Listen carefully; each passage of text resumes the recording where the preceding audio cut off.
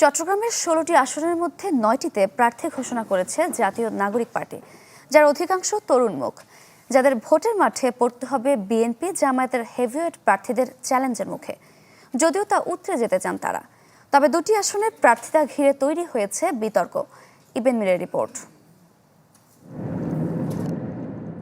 দেশ এখন ভোটের ট্রেনে, রাজনৈতিক দলগুলোও বেশ সরব, যার ঢেউ লেগেছে বন্দরনগরীতেও। চট্টগ্রামের ১৬টি আসনে আগেই প্রার্থী ঘোষণা করে মাঠে নেমে পড়েছে বিএনপি জামাত সহ বড় দলগুলো। দেরিতে হলেও সম্প্রতি ৯টি আসনে প্রার্থী ঘোষণা করেছে নতুন দল এনসিপি।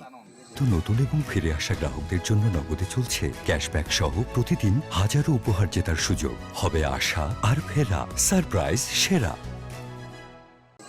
পরবর্তীতে এইসব আসনে মনোনয়ন পাওয়া নেতাদের বেশিরভাগই অপেক্ষাকৃত তরুণ, যাদের ভোটের মাঠে মোকাবেলা করতে হবে বিএনপি জামাতের পরিচিত মুখ বা হেভিওয়েট প্রার্থীদের।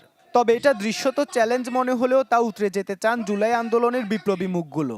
আমরা মনে করি জনগণ আমাদের মাধ্যমেই যে নতুন বাংলাদেশ নিজেদের যে ক্ষমতা, এই ক্ষমতা ফিরে পাওয়ার জন্য এরা আমাদেরকে সাহস যোগাবে, সমর্থন যোগাবে। সংস্কারের আলাপে বাংলাদেশ ২-এর আলাপে সেকেন্ড রিপাবলিকের আলাপে জনগণকে আমরা সাথে চাই।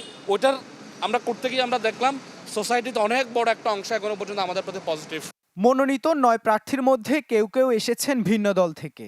এর মধ্যে চট্টগ্রাম ৯ আসন থেকে মনোনয়ন পেয়েছেন মাত্রই কিছুদিন আগে মুসলিম লীগের মনোনয়ন পাওয়া একজন। সেটা নিয়ে নানা কথা উঠলেও তার মতো করে ব্যাখ্যা দিয়েছেন এনসিপির টিকিট পাওয়া এই প্রার্থী। আমার বাবা থাকা অবস্থায় আমি কখনো মুসলিমই করিনি, তো চাচারা আমাকে অনেকটা বলেছে, বাবা এটার একটু পুনর্জাগরণের চেষ্টা করো। তো ওই চেষ্টার জন্য আমি জাস্ট একটা অংশ হিসাবে, কিন্তু আমার যে মূলত প্রেসিডেন্ট, যে সিটের প্রেসিডেন্ট, ওটা কিন্তু অনুমোদন ছিল না।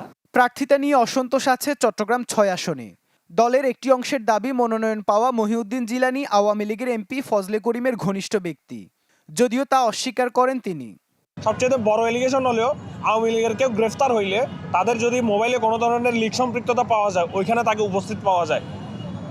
একটা এনসিপির কেন্দ্রীয় শ্রমিক উইংয়ের নেতা কেন আওয়ামী লীগের কোনো গ্রুপে অ্যাক্টিভ থাকবে?